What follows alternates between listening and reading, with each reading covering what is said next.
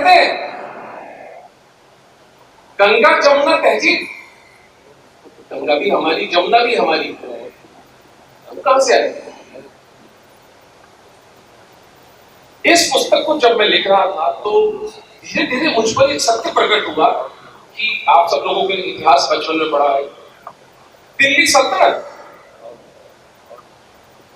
मेवाड़ के महाराणाओं में 5 ऐसे महाराणा हुए, महाराणा हमीर, महाराणा लाखा, महाराणा मोकल, महाराणा कुंभा और महाराणा सांगा, जिन्होंने दिल्ली की इस तथाकथित सुल्तान के सुल्तानों को 6-6 महीने अपने यहां पर चित्तौड़ में कुत्ते की तरह कैद करके रखा।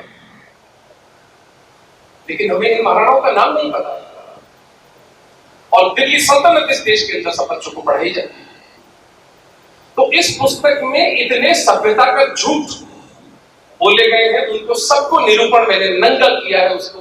इसलिए मेरी आपसे हाथ जोड़कर प्रार्थना है, स्वयं इस पुस्तक को पढ़ें और अपने मित्रों, अपने परिजनों, अपने काम करने वाले कलीग्स और अपने समाज में इस पुस्तक को जितना पढ़ा सके उतना पढ़ाएं, ताकि हमारे हारे हुए चित्त को, जिसको हीन भावना में इन वामपंथियों ने गिराने की चेष्टा की है, उसको हम ओवरकम करके हम अपने यशस्वी पुरखों के इस त्याग के ऊपर एक नूतन भविष्य की रचना कर सकें। ये कर्तव्य हमारा बन जाता है कि इन यशस्वी पुरखों के बलिदान को हम मिटने ना दें, हम उनको भूलने ना दें। ये कर्तव्य तो हमें निभाना पड़ेगा। एक झूठ और बताता चलूं, फिर हल्दी घाटी की बात करेंगे। हिंदू 1000 साल तक गुलाम रहे।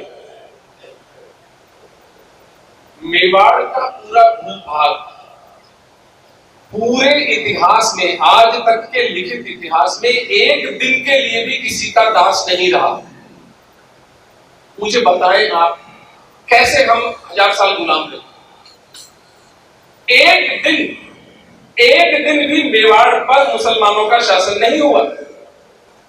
ये तो खुद मुसलमान इतिहासिक लिखते हैं, ये तो कोई पागल हिंदू नहीं कह रहा है, ये कोई पागल राजपूत नहीं कह रहा है, ये खुद मुसलमानों के इतिहासकार कहते हैं कि मेवाड़ पर मुसलमानों का शासन कभी नहीं रहा।